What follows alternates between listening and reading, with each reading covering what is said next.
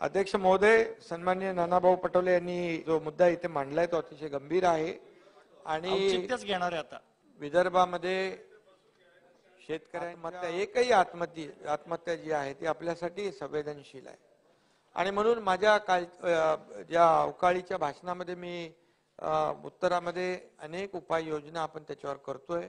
अनेक तज्ञ लोकांची ते जे काही टास्क फोर्स आहे तो पुनर्गठित करतोय आणि त्याचबरोबर या शेतकऱ्यांनी आत्महत्या करू नये म्हणून आपण 6,000 रुपये 12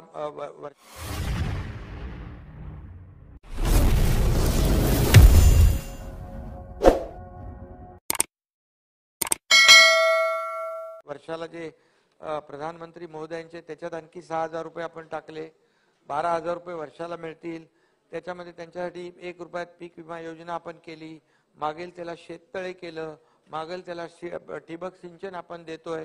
शेळी मेंढ्या गाई म्हशींचं आपण जे प्रमाण होतं ते वाढवलेलं आहे, म्हणजे जोडधंद्यासाठी. आणि त्याबरोबर आज आपण धानाला बोनस विदर्भासाठी दिला 20,000 रुपये.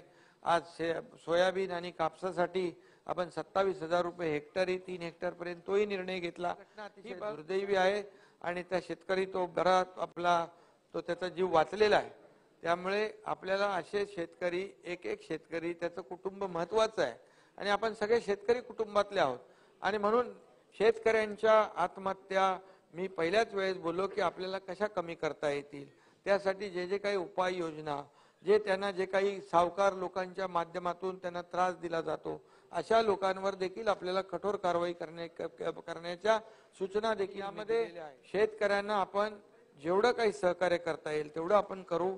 आपण एक त्यामध्ये तुम्ही देखील काही सूचना असतील तुमच्या त्या करा. यामध्ये आपल्याला हे शेतकऱ्यांचं सरकार आहे, शेतकऱ्याला वाऱ्यावर आपण सोडणार नाही. म्हणूनच मी माझ्या कालच्या उत्तरामध्ये म्हटलं की आतापर्यंत 1.5 वर्षामध्ये नानाभाऊ जे आकडे मी दिले त्याच्यात एकही आकडा चुकीचा नाही.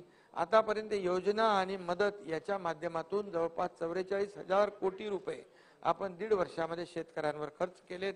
त्यांना मदत करण्याच्या दृष्टीने हे आपण काय त्यांना मेहरबानी नाही, ही आपली जबाबदारी आहे आणि सरकार संवेदनशील आहे. त्यामुळे नक्की आपण जे मुद्दा मांडलेला आहे तो अतिशय गंभीर आहे आणि सरकार यापुढे देखील अशाच गंभीरतेने अशा प्रकारचे विषय हाताळेल.